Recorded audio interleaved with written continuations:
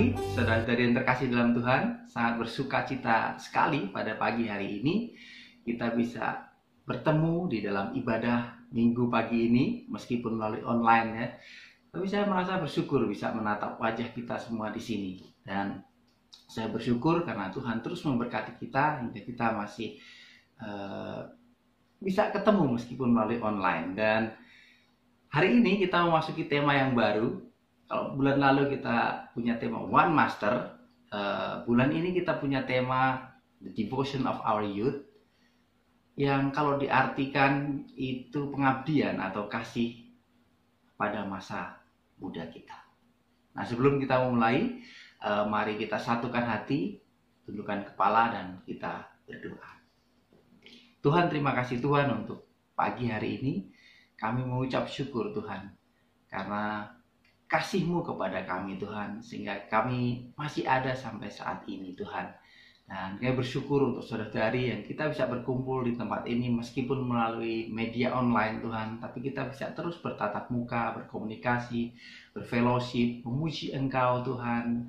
Dan pada saat ini Tuhan, kita mau mendengarkan firman Engkau Tuhan. Berkati saya secara pribadi Tuhan yang akan menyampaikan Tuhan.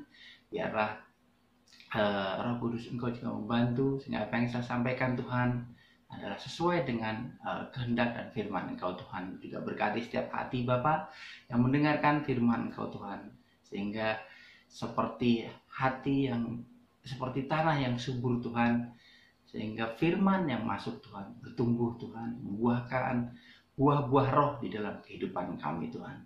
Terima kasih. Kami serahkan Tuhan acara kami hanya di dalam nama Yesus. Kami berdoa ucap syukur. Amin. Waktu saya bayangkan tema ini, The Devotion of Our Youth, saya bayangkan masa muda saya. Tapi judulnya nanti bukan pengabdian masa mudamu, jadinya kekonyolan pada masa mudamu. Saya bayangkan waktu muda saya, iya ya, apa pengabdian saya di masa muda saya ya? Yang ada, saya pernah ditolak oleh bank. Masuk ke dalam bank itu ditolak, baru masuk belum ngapa-ngapain ya. Waktu itu saya mau tukar uang ke rupiah, tapi ditolak karena pakaian saya compang-camping. Kedua, pengen nabung, saya bawa tas kresek sama celana pendek saja masuk ke bank, ditolak. Kemudian ditolak masuk mall karena pakai sendal jepit. Bahkan naik mobil aja nggak dipercaya bahwa saya yang punya mobil itu. Dan masih banyak kekonyolan lain yang saya lakukan di masa muda. Mungkin sebagian kita di sini juga merasakan yang sama ya. Atau enggak? Kayaknya nggak cuma saya yang konyol ya. Tapi jangan khawatir ya, yang merasa seperti ini. Saya menghibur diri, nggak khawatir. Karena yang dimaksud Tuhan dengan pengabdian di masa muda adalah di saat dimana kita menjadi pengantinnya Tuhan dan berbulan madu dengan Tuhan.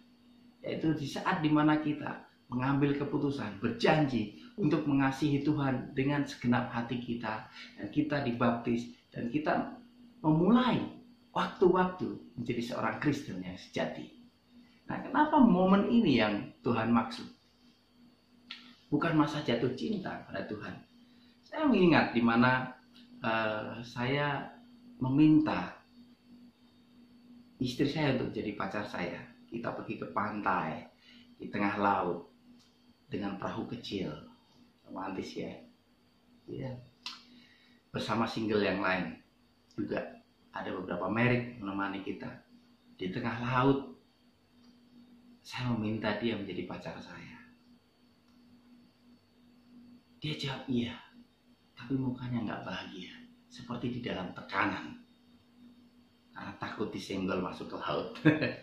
Dan yang kedua adalah masa di saat saya ingin meminta dia untuk menjadi istri saya. Saya menyiapkan ceritanya dengan kolosal ya. Saya minta bantuan banyak orang. 1 bulan sebelumnya saya sudah ngobrol dengan dia, saya akan ikut balapan. Setiap Sabtu dia telepon, dia mendengar raungan motor. Hingga hari H dia dengar berita tentang kecelakaan. Dan akhirnya dia datang ke sebuah klinik. sambil menangis. Udah gitu dibumbu-bumbuin sama brother sister yang lain yang ngajak dia. Di klinik katanya nggak sanggup dan harus ke rumah sakit. Dia pun datang ke sana dan saya di sana bawa bunga, meminta dia menjadi istri saya. Dalam foto-foto itu muka senyum, mata sembah, asik. Dan suasananya nggak romantis. Mungkin yang dibayangkan istri saya bahwa pada saat saya meminta dia jadi istrinya adalah suasana yang romantis. Di sebuah kafe, saya duduk berlutut sambil memegang cincin. Would you marry me? Ada candlelight, penyanyi kafe datang menyanyikan lagu-lagu romantis. Tapi yang diterima beda. Mungkin bayangannya seperti ini. Ya, tapi saya lihat dia menerima itu membuktikan bahwa cinta dia tidak terpengaruhi suasana. Sebenarnya saya bisa aja buat seperti itu ya, tapi saya pikirkan banyak hal, bukan karena uang, meskipun uang masalah utamanya ya, tapi yang saya pikirkan adalah perasaan para jomblo di saat itu ya. Kalau saya harus di tempat makan orang yang luas di sana, gimana perasaan para jomblo yang melihatnya? Nah, kalau di rumah sakit orang nggak pikir perasaan itu, nggak tahu itu ngapain rame-rame, ya paling diusir gitu. Nah, berbeda dengan suasana pernikahan, disusun begitu rupa, lagu-lagunya romantis. Dan di saat itu juga kita mengucap janji di depan Tuhan bahwa kita akan mengasihi sehidup semati dalam suka maupun dalam duka. Juga di mana kita bulan madu ya. Saya cerita ini saya jadi ingat tentang bagaimana orang tua saya juga mereka waktu ibu saya sakit, bagaimana bapak saya menjaga rawat sampai sudahnya ya. Terus beberapa waktu lalu saya juga telepon dengan salah satu tetangga baik saya, bagaimana dia saat ini sedang juga terus mengasihi istrinya yang sedang sakit. Dan satu hal yang diingat bahwa dia lakukan itu karena dia berjanji di depan altar dia akan mengasihi dalam suka, dalam duka, dalam sakit, dan dalam senang. Nah, juga waktu-waktu di mana kita memulai honeymoon, kita pergi berbulan madu, itu suasana yang sangat menyenangkan ya. Kayaknya kita melakukan apapun untuk pasangan kita dengan penuh sukacita, nggak ada terpaksaan. Kita mencoba untuk melayani dia karena dunia kita terfokus dan terpusat pada dia. Ya, di awal-awal pernikahan kita mau memberi yang terbaik buat pasangan kita, buat satu sama lain. Apapun yang kita lakukan untuk menjaga pasangan kita tetap bahagia. Nah, kasih semula ini adalah sebagai kasih yang murni, nggak ada campur aduk yang lain, tanpa embel-embel, tanpa pamrih. Biasanya bersifat spontan ya, nggak usah nunggu, langsung kreatif untuk memberikan yang terbaik buat pasangan kita. Nggak ada pura-pura, nggak jaim-jaiman lah istilahnya seperti itu. Mampu melakukan pengorbanan tanpa merasa berkorban dan menutup segala sesuatu, dan kasih yang bertuju pada atau berpusat tadi ya pada yang dikasihinya. Demikian juga hubungan kita dengan Tuhan. Kasih yang mula-mula itu adalah kasih yang sama seperti waktu kita mengambil keputusan untuk dibaptis, untuk bersetia menjadi murid Yesus. Di saat-saat seperti itu, sepertinya kita selalu punya kerinduan dekat kepada Tuhan. Kita menjadi orang yang mau melakukan apa saja untuk Tuhan. Bahkan kemanapun Tuhan utus, sepertinya kita akan pergi. Nah, seiring dengan berjalannya waktu, cinta bisa menjadi semakin pudar jika kita tidak menjaga api cinta itu tetap menyala. Lalu apa saja yang membuat api cinta itu menjadi pudar? Di dalam buku Yeremia 2 ayat 6, saya akan membacakan untuk kita semua di sini. Dan mereka tidak lagi bertanya, di manakah Tuhan yang menuntun kita keluar dari tanah Mesir, yang memimpin kita di padang gurun, di tanah yang tandus dan yang lekak-leku, di tanah yang sangat kering dan gelap, di tanah yang tidak dilintasi orang dan yang tidak didiami manusia. Hal pertama yang membuat hubungan itu menjadi pudar adalah kecewa. Kadang manusia punya pengharapan sendiri, ya. Pengharapannya sendiri yang tidak sama dengan pengharapan Tuhan. Seperti bangsa Israel keluar dari tanah Mesir, pengharapannya berbeda dengan pengharapan Tuhan. Sama seperti waktu Yesus datang, pengharapan manusia berbeda dengan pengharapan Tuhan, sehingga mereka pun menolak Yesus. Demikian juga sebagai seorang pasangan, kadang-kadang kita punya pengharapan yang berbeda, ya, antara satu sama lain, dan kita kecewa pada saat pengharapan yang kita idam-idamkan itu tidak terjadi seperti apa yang kita bayangkan. Dan kecewa, sakit hati, dan pahit itu adalah masalah hati. Yang masalah hati ini bisa menutup mata hati kita untuk melihat Tuhan. Seperti cerita di Lukas 24 ayat 13-32, diceritakan tentang dua orang murid Yesus yang pulang kampung ke Emmaus. Karena apa? Karena mereka sudah kecewa. Yesus yang diharapkan menjadi juru selamat mati di kayu salib, meskipun mereka juga mendengar berita tentang kebangkitannya. Di tengah perjalanan, ketika mereka sedang asik berbicara, Yesus hadir di tengah-tengah mereka. Tetapi mereka tidak mengenal Dia karena mata mereka ditutup oleh kecewaan. Dalam keadaan kerohanian yang menurun,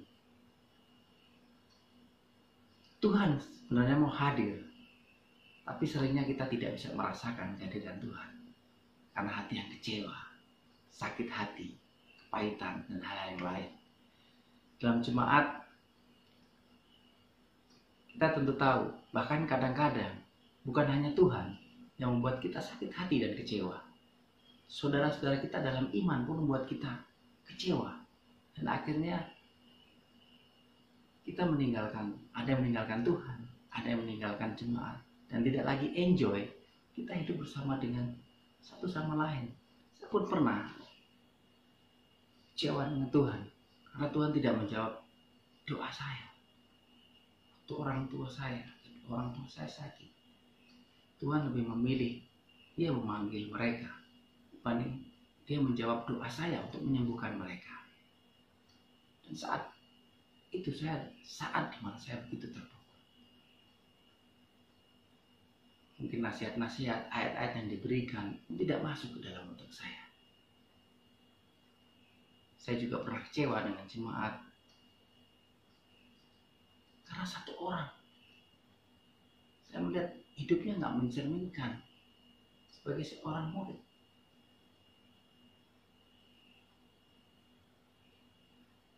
Padahal kalau saya memahami rencana Tuhan, saya memahami kasih Tuhan kepada saya, pada orang-orang sekitar jemaat, harusnya kondisi apapun, mau orang berbuat apapun, kondisi buruk apapun, tidak mempengaruhi sukacita saya dan kasih saya kepada Tuhan.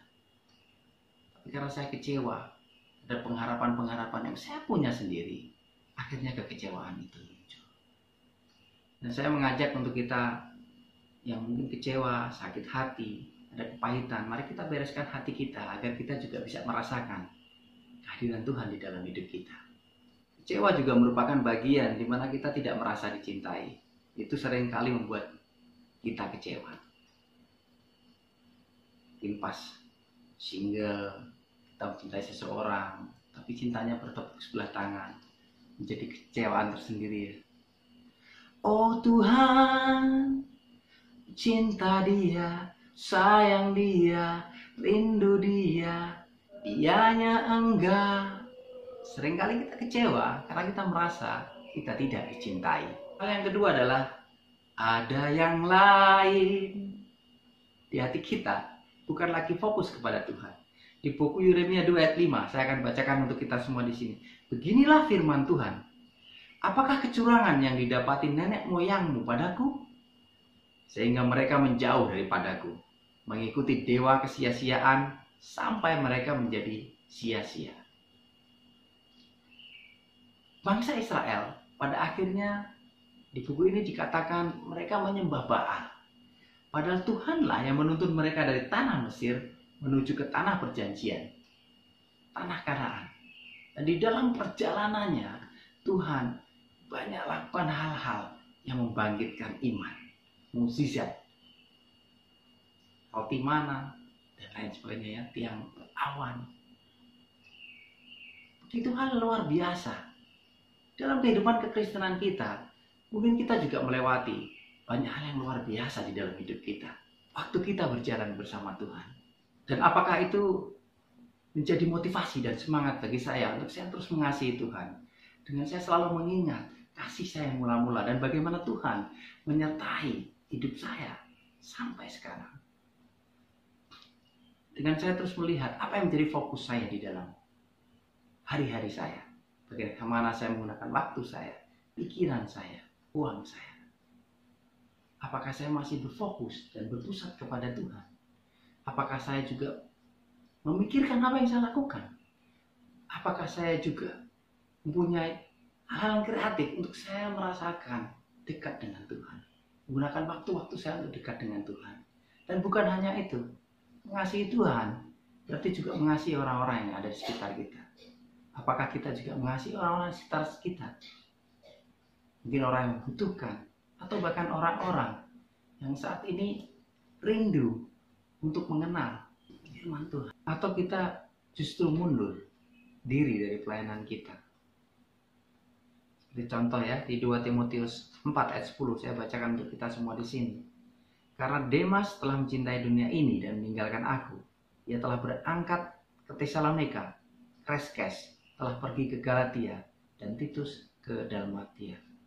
Nah, ikatan dengan dunia ini, keinginan daging, keinginan mata, keangkuhan hidup, dan lain sebagainya yang menjadi fokus kita selain daripada Tuhan, membuat kita sulit untuk bertumbuh dan kita kehilangan kasih mula-mula kita. Demas adalah teman sepelayanan Paulus dan akhirnya dia meninggalkan pelayanannya karena ada yang lain di hati dia. Yang ketiga adalah kenyamanan. Saya akan bacakan di Yeremia 2 ayat 7. Aku telah membawa kamu ke tanah yang subur untuk menikmati buahnya dan segala yang baik daripadanya. Tapi segera setelah kamu masuk, kamu menajiskan tanahku, tanah milikku. Telah kamu buat menjadi kekejian. Dan bahkan kondisi yang nyaman, semuanya serba ada, tercukupi, itu membuat kita juga bisa kehilangan kasih mula-mula kita. Bahkan ada tertulis bahwa orang kaya susah masuk ke dalam kerajaan surga. Lebih susah masuk ke dalam kerajaan surga dibandingkan dengan seekor unta masuk ke dalam lubang jarum. Kadang-kadang kita perlu guncangan, ya, seperti kalau saya bikin wedang ya, waktu saya siram aja terus saya minum, rasanya tidak tercampur dengan baik. Ada gula batunya tidak terasa. Jadi saya perlu mengguncang dan saya mengaduknya agar rasanya juga bisa keluar dan kita bisa menikmati. Saya baca di Yeremia 48 ayat 11. Moab hidup aman dari sejak masa mudanya. Dia hidup tenang seperti anggur di atas endapannya. Tidak dituangkan dari tempayan yang satu ke tempayan yang lain. Tidak pernah masuk ke dalam pembuangan. Sebab itu rasanya tetap padanya dan baunya tidak berubah. Jadi kadang kita perlu digoncang, diaduk, untuk kita bisa keluar dari kenyamanan kita, untuk kita bisa tetap memiliki kasih kita yang mula-mula. Jadi saat ini kita ada guncangan-guncangan di dalam hidup kita, ucapkanlah syukur supaya kita tetap mempunyai kasih yang mula-mula. Dan seringkali kenyamanan juga membuat kita tidak lagi mau mengasihi. Setelah kenyamanan, yang terakhir adalah hamba. Saya akan bacakan di Wahyu 2 ayat 2-4. Aku tahu segala pekerjaanmu, baik jerih payahmu maupun ketekunanmu. Aku tahu bahwa engkau tidak dapat sabar terhadap orang-orang jahat, bahwa engkau telah mencobai mereka yang menyebut dirinya rasul, tetapi yang sebenarnya tidak demikian. Bahwa engkau telah mendapati mereka pendusta, dan engkau tetap sabar dan menderita oleh karena namaku, dan engkau tidak mengenal lelah. Namun demikian aku mencela engkau karena engkau telah meninggalkan kasihmu yang semula. Seiring dengan berjalannya waktu, kasih itu menjadi hambar dan tidak ada rasanya. Meskipun kita menikmati kebaikan-kebaikan yang Tuhan berikan, tapi kita tidak merasakan kasih itu. Mungkin perasaan bosan yang menyelimuti, sikap yang sombong, merasa tidak butuh atau kita mampu untuk berdiri sendiri, perasaan itu dan berbagai macam hal yang lainnya. Ya. Sehingga seolah-olah semua terasa biasa. Padahal di awal waktu kita berjalan dengan pasangan kita bersama dengan Tuhan, kita melewati jalan yang terjal yang jauh, itu semakin cinta ya, semakin merasa wow. Jauh waktu berjalan kita lalui bersama, betapa di setiap hari jatuh cinta padanya. Maksud seolah-olah kita mencintai di awal-awal seperti itu, hari-hari itu semakin cinta. Dicintai oleh dia, ku merasa biasa. Kalau di awalnya kita merasa sempurna, tapi lama-lama cinta yang kita rasakan itu biasa.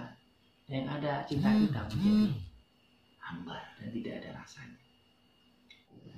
Jadi ada 4 hal yang membuat cinta kita itu pudar. Yang pertama, kita kecewa karena kita merasa nggak dicintai. Dan yang kedua adalah karena ada yang lain.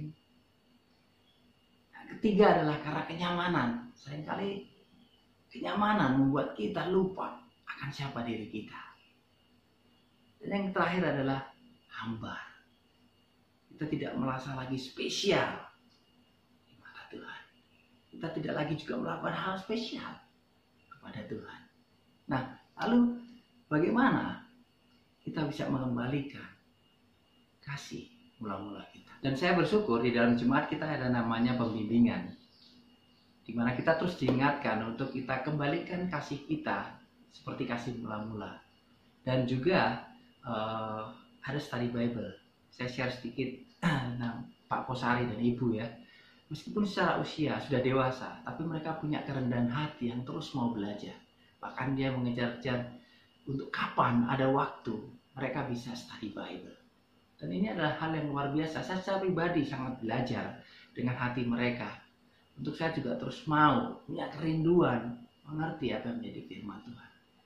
Bahkan dari mereka pun saya belajar banyak hal. Ada satu ayat yang menguatkan saya untuk saya terus punya keberanian berbicara kebenaran kepada siapapun ya.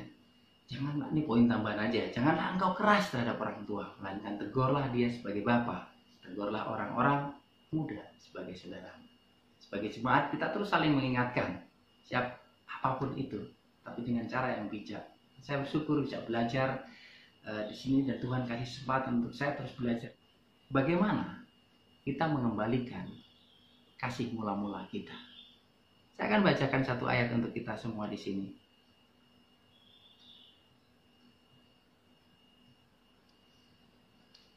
Yaitu di Efesus 2 ayat 5. Sebab itu, ingatlah betapa dalamnya engkau telah jatuh.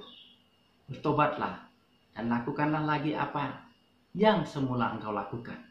Jika tidak demikian, aku akan datang kepadamu dan aku akan mengambil kaki dianmu dari tempatnya, jikalau engkau tidak bertobat. Dari ayat ini, saya belajar bagaimana saya mengembalikan kasih mula-mula kita. Yang pertama adalah saya harus mengingat kasih mula-mula saya. Dan betapa dalamnya saya telah jatuh dari kasih mula-mula itu. Sehingga saya tahu bahwa saya harus bangkit dan mengembalikan kasih mula-mula saya. Yang kedua adalah saya bertobat. Tidak lagi melakukan kesalahan-kesalahan sehingga membuat cinta saya kepada Tuhan itu pudar. Dan yang terakhir adalah melakukan lagi apa yang semula saya lakukan pada saat awal-awal saya mengambil janji untuk mengasihi Tuhan dengan segenap hati saya.